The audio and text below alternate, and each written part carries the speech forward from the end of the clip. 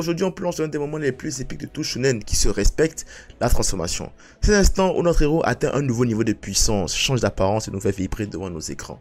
Des cheveux qui deviennent dorés, des auras flamboyantes et des cris légendaires.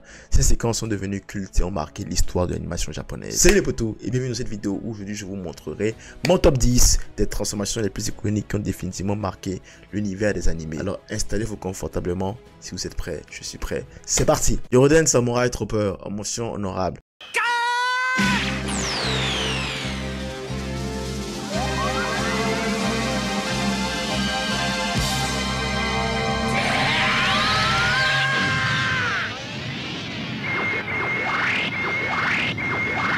Je l'ajoute ici parce que c'est une transformation qui m'a phasé honnêtement quand j'étais jeune. Ensuite, les samouraïs qui combattent les méchants et pour ce faire, ils enfilent des armures représentant chacune leur qualité prédominante. Les armures autant que les transformations sont stylées.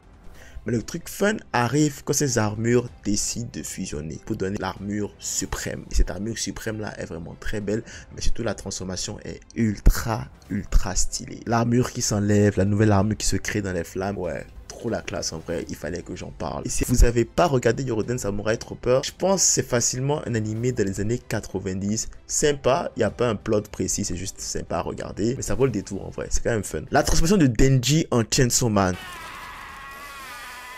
C'est le genre de transformation qui arrive au personnage et tu es super content parce que, ça arrive, mais ça sauve aussi le personnage d'une mort certaine. Au début de Chainsaw Man, j'avais tellement pitié de lui, surtout le gros coup de pédale qu'ils lui ont fait et après ils l'ont tué. Ah, c'était vraiment difficile à suivre. J'étais vraiment ultra triste pour le personnage et en plus l'OST qui apparaît quand il se fait déchiqueter là et du coup le pacte avec Pochita se fait et boum, la transformation arrive. En vrai, parfois, on suit les personnages et puis, gars, ils souffrent, hein. Est-ce que ça vous est déjà arrivé parfois de vous dire, et si j'étais à la place de ce personnage en ce moment, qu'est-ce que j'aurais fait? Le monologue avant l'OST qui est une dinguerie et il prend sa revanche de manière géniale sur ceux qui l'ont opprimé. Et c'est ainsi que naît le Chainsaw Man.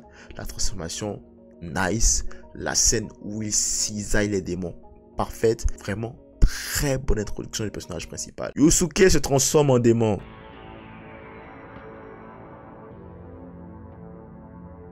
Dude, pourquoi cette transformation m'a marqué? Et on aura marqué plusieurs. Parce que c'était pas seulement une transformation, c'était une correction. Je pense aussi que c'est l'un des premiers animés populaires qui a utilisé la transformation en mode berserk. Qu'est-ce que ça veut dire transformation en mode berserk? C'est-à-dire que c'est une transformation où le personnage, oui, il gagne en force, oui, il change de forme, il change d'apparence, mais il perd le contrôle et il n'est plus responsable de ce qu'il fait. Et croyez-moi, Yusuke n'était pas du tout responsable de ce qui s'est passé. Yusuke se fait posséder par son paternel et devient complètement fou. On se dit, ah, Yusuke va faire le poids contre Sensui. Hell non, Yusuke l'a passé à tabac. En fait, c'était même pas un combat où en fait, Yusuke a repris l'avantage de quoi que ce soit. Ce qui s'est passé, c'est que Sensui était plus fort que Yusuke à un moment donné. Et après, quand Yusuke est revenu, là, il n'y avait plus match. Quand il s'est transformé là, oh, il l'a passé à tabac, mais un passage à tabac qui aurait traumatisé les âmes sensibles. Il n'y avait pas match. Il l'a tabassé comme s'il lui devait de l'argent. Il n'a même pas laissé le temps aux gars d'admirer la transformation. Il n'a même pas laissé le temps aux gars de piper mot. Il n'a même pas parlé un peu. Il n'a même pas fait le mec en mode regarde la transformation. Comme un Saiyan dont je tairai le nom bien sûr. Il l'a juste passé à tabac. Straight beat down. Ce qui est le plus iconique je pense, c'est le changement de vent qu'il y a eu dans ce combat. Tu domines un moment. Puis en un claquement de doigts et une pousse de cheveux, tu deviens le punching ball de quelqu'un d'autre. Sans transition, rien du tout. Escanor, le soleil de midi. Stands at the pinnacle of all races. I'm one of the 7 deadly sins, the sin of pride, and my name is Lion Sin Escanor. Aïe aïe aïe. À cela, j'ai eu des frissons. Honnêtement. Toujours se méfier du nerdy guy. Toujours. Et c'est exactement de ça dont il s'agit ici. Escanor, c'est le mec gentil, inoffensif et tout gringalé des 7 péchés capitaux. Quand tu vois ça dégaine, tu te dis comment est-ce que ce mec-là peut faire partie de 7 péchés capitaux? Genre, il vaut rien, il est maigrelet, il n'a pas la carrure. Quand tu vois les autres péchés capitaux, tu n'as pas la carrure de péché capital, quoi, tu vois. Maintenant, grande fut notre surprise. Au moment où il fallait se faire éclater, il nous dévoile sa vraie forme. Un mastodonte bien badass avec facilement plus de 100 kg de muscles bien définis et une moustache, ma foi, majestueuse. Mais si sa nouvelle apparence reste incroyable, c'est son attitude qui amplifie le moment de la transformation. En effet, Escanor fait honneur à son titre de lion de l'orgueil en se considérant désormais comme l'être le plus fort, spécialement à midi. Pourquoi pas? Symbole même du mal alpha. Que veux-tu d'autre? Cette transformation mérite d'être dans ce top. Cette transformation est iconique. La création du titan originel.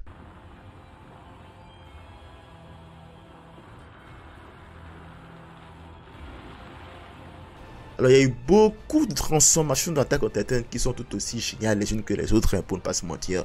Il y a eu la première transformation de Eren, il y a eu le plot twist Reiner et Bertholdt, bien évidemment. Mais moi, j'ai une place particulière pour, ironiquement, une transformation de la saison 4, qui est une saison que je n'ai pas aimée, mais qui pour moi, quand même, est très importante et marque un point de non-retour dans l'évolution de la mentalité de Eren. C'est un point culminant de tous les abandons, de toutes les trahisons qu'Eren a commises pour assumer qui il est et l'alliance qu'il a choisi de faire avec son frère de sang Zeke. Le fait que les deux ont usé de tous les stratagèmes possibles pour pouvoir mettre à exécution leur plan qui était de se toucher. La scène même où ils se touchent est, ma foi, juste magnifique. La tension qu'il y avait pendant toute cette scène, des gens qui meurent pendant que cette scène l'a exécutée, de pure beauté. Puis le contact qui va sceller le destin de l'humanité se fait et une tragédie sans nom est issue de cette transformation. Le discours de déclaration de guerre d'Eren au monde entier, puis la transformation qui suit après faisant apparaître le titan originel et libérant tous les titans colossaux des murs. Ah, c'était bien. Tout était bien aligné pour faire de ce moment un moment incroyable. Ichigo qui fait le Bankai pour la première fois.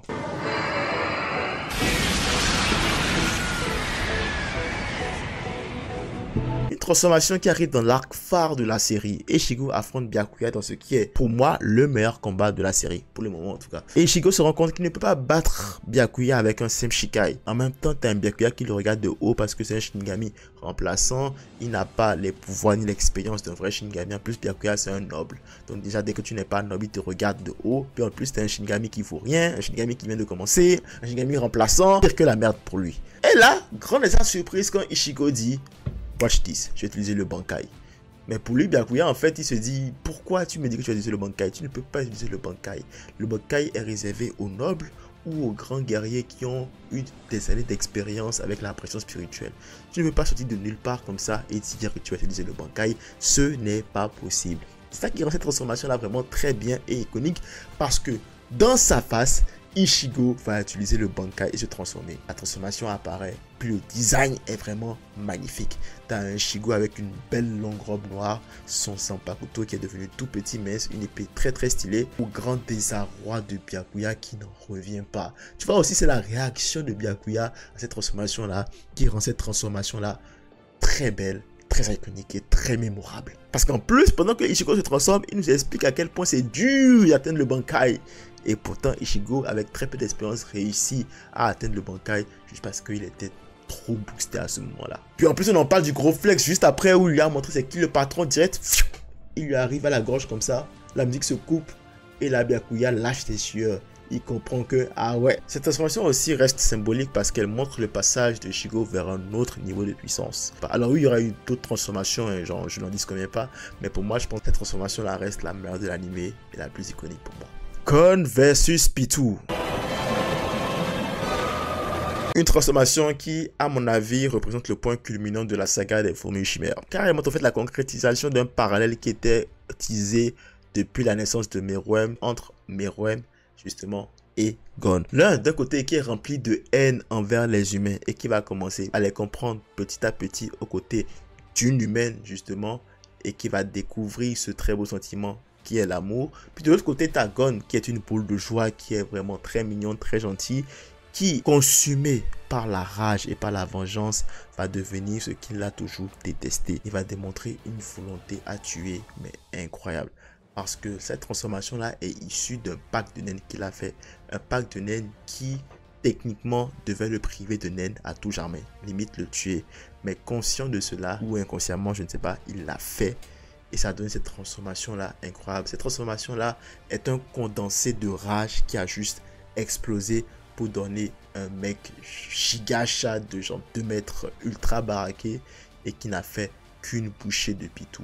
Et le pire dans tout ça, c'est que même après avoir tué Pitou, il a continué encore à l'assommer de rage, assommer de rage, assommer de rage. Et si ça n'avait pas été Killua, je pense qu'on aurait en fait vrillé. Ça encore, c'est un exemple de transformation berserk qui aurait pu mal tourner pour Gon à tout jamais, si ce n'est pas qu'il avait à ses côtés un meilleur ami digne de ce nom comme Killua. Encore une fois, tout ça c'est du très bon storytelling qui montre le génie de Togashi malgré tout. Kai ouvre la 8e porte.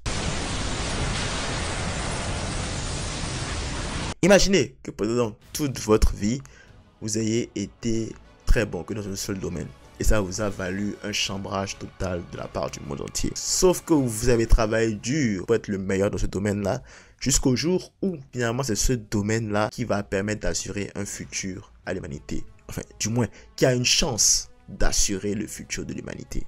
Aïe, aïe, aïe. Et du coup, tout repose sur vous. Vous allez répondre présent de la plus belle des manières.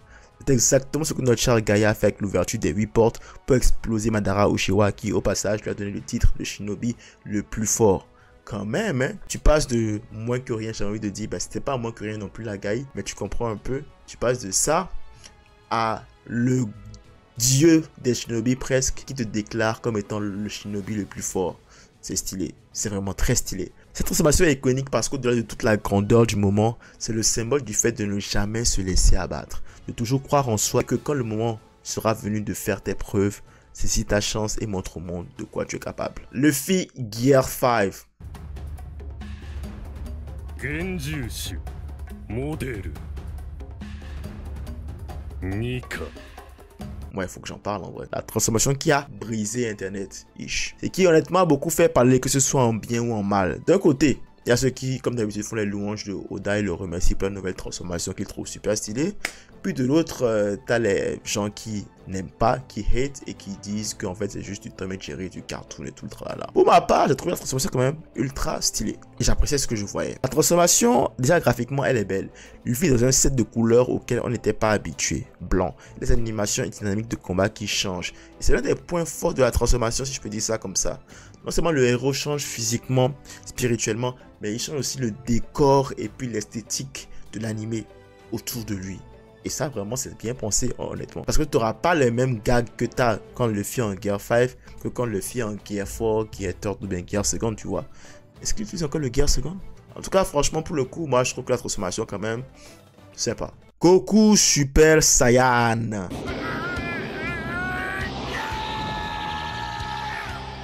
Je me demande si dans notre vie, à nous, on verra une transformation qui est aussi iconique, aussi stylé que Goku qui se transforme en Super Saiyan pour la première fois. Je sais pas si ça arrivera honnêtement. Pourtant, il y a de très belles transformations qui se sont faites, qui vont se faire dans l'histoire des animés. Mais est-ce qu'il en aura une qui va détrôner Goku Super Saiyan? Je pense pas. Hein. Je pense pas du tout. Une transformation qui a marqué le monde des shonen et qui en a inspiré plus d'une. La chronologie de Goku qui embrasse pleinement son origine Saiyan et qui décide de se battre pour l'honneur de sa tribu, puis qui se laisse aller à la colère pour devenir le guerrier mythique de la légende de cette race pour vaincre le tyran qui a justement voulu éradiquer la race au complet par peur du guerrier mythique qui va se retrouver ironiquement devant lui. Deux choses me fascinent dans cette transformation. Le premier restera le changement de personnalité de Goku après cette transformation en Super Saiyan. C'est comme si, quand il devient Super Saiyan, il revêt 100% de la mentalité Saiyan. Il est violent, hautain, arrogant et il regarde de haut son adversaire. Il le considère comme s'il n'était que moins que rien. Deuxième chose, c'est à quel point en fait cette transformation n'a pas eu besoin de beaucoup d'effets spéciaux. Qu'est-ce que je veux dire par là? Ils ont réussi à rendre une transformation avec des éclairs par-ci par-là, un bon voice acting et des jeux de lumière au niveau des cheveux, une transformation qui s'est faite genre de manière progressive, frame par frame, aussi simple que ça, et ça a suffi pour voir la transformation la plus iconique de l'histoire des animés. Tant il y a eu beaucoup de transformations qui ont suivi, des transformations qui, ma foi, étaient vraiment stylées niveau animation, niveau graphique. On a eu une transformation comme ça qui transcende les générations et qui reste toujours la meilleure transformation ever malgré tout. Est-ce que c'est un produit de la nostalgie en fait? Non, c'est totalement mérité. Totalement mérité. Et voilà pour mon top des transformations les plus iconiques des animés. Ces moments épiques ont non seulement changé le cours de leur histoire respective, mais ont aussi marqué des générations entières de fans. Que ce soit par leur impact visuel, leur charge émotionnelle ou leur influence sur la pop culture, cette transformation reste gravée dans nos mémoires. Et vous, quelle est votre transformation préférée? Quelle est la transformation qui vous a marqué et quelle transformation vous regardez genre 5, 10, 15 fois par mois sur YouTube? Je suis curieux de savoir et je suis curieux de découvrir de nouvelles choses. Y a-t-il une transformation que j'ai oubliée et qui mérite sa place dans ce classement? N'hésitez pas à me le dire en commentaire, bien sûr. Si vous avez aimé la vidéo, n'hésitez pas à liker. Si vous n'êtes pas encore abonné, abonnez-vous, ça fait plus plaisir. Max de like, max de partage. Je vous retrouve très pour une nouvelle vidéo. D'ici là, prenez tous soin de vos proches. C'est tout pour moi. À la prochaine.